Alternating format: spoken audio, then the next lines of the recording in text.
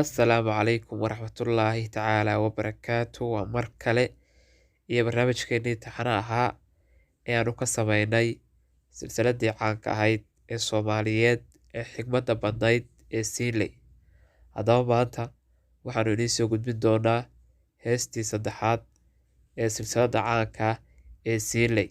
Heestaas oo magaceeda la yidhaahdo Sidi Qabax ayaa waxaa iska leh oo curiyey Maxamed Ibraahim Warsame Hadraawi.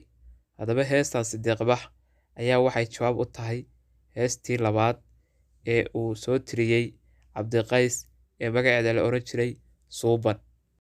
Haddaba markii jawaabtii Cabdiqays ee heestii Suuban ahayd uu ka soo tiriyey isagoo jooga dhankaas iyo Jabuuti oo ay Muqdisho ugu tageen ninkii la oran jiray Hadraawi, ayuu Hadraawina heestan la yidhaahdo Sidi Qabax ayuu uga soo jawaabay.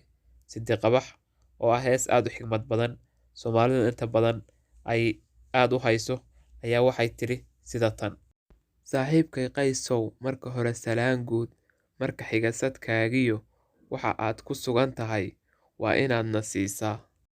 Marka xiga silsiladii murtidaadii socnayd, subciyo dhammeeyo, solay oo bisleeyo, dabadeedna siistaye saaxiib ma nabad baa. Sumadeedu waxay tahay roob saaka da'ayba, sarka dhaban la yimiyo, anna seexan maayee saaxiib ma nabad baa. Sumadeedu waxay tahay heestaydu waa siin, sidig weeye dehino, waxaa loo saddexa maray dadka hawsinaato, ruuxii saboolihi caanaha ha sayree saaxiib ma nabad baa. Sumadeedu waxay tahay heestaydu waa siin, waa sooryo xidido, saxar laga ilaasho, laga sugay biriiqo, la saloogi maayee saaxiib ma nabad baa.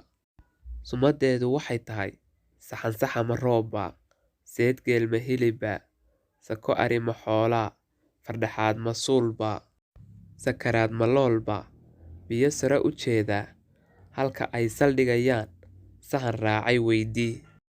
Sumadeedu waxay tahay cabdiyow sabeenihii way sumal xadeenoo, midihayse sidatee saddex dhalay warkoodiyo, waxay saaka joogaan xogta aan ku siiyo, sarta kaaga jeexee saaxiib ma nabad baa.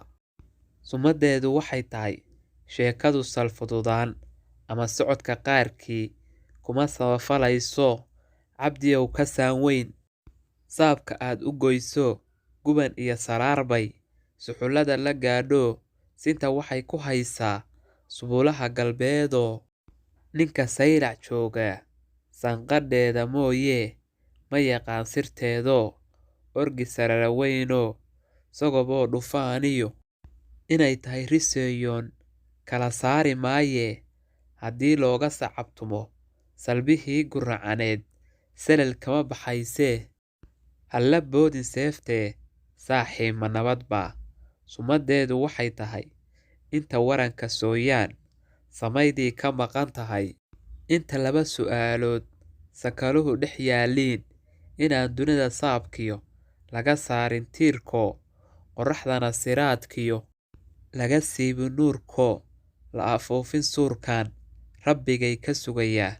Sumadeedu waxay tahay ninka ootay seeraha, saxarlana ku guursaday, haddii uu nin sare yahay aan laga sadqaadayn, saadaasha mooyee si kalaan ka yeelaa, suuroobi mayso aniguna sidaydaba, sodohaha rag kale qabo kuma toobad seegee. Sumadeedu waxay tahay Sidi Qabax 5 maalmood sahay loogu talagalay, 30 laguma gaadhee, hadal lama sugnaadee, saaxiibkay Qaysow waxaad suuban leedahay, saca faarta nacayow, 9 beri adoo qaday, samsam iyo bulaalaa, saarkaagu kaa hayn, saxarlaay ma kula tahay, ayuu yidhi Maxamed Ibraahim Warsame Hadraawi oo heestiisii labaad ee silsiladda caanka ah ee Siiley inoo soo gudbinayay. Heestan oo magaceeda la yidhaahdo Sidi Qabax ayaa waxay jawaab u tahay heestii ka horreysay ee uu tiriyey Cabdiqays oo magaceeda la yidhaahday Suuban. Haddaba waxaanu sugnaa waa jawaab kale oo ka timaada Cabdiqays. Fadlan haddaad channelka cusub tahay oo ay markii ugu horreysay aad soo booqato, subscribe saar. haddaa horey ugu jirayna videoga like garee, commentiskana nagula wadaag iyo waxaad jeceshihiin in lagu soo kordhiyo.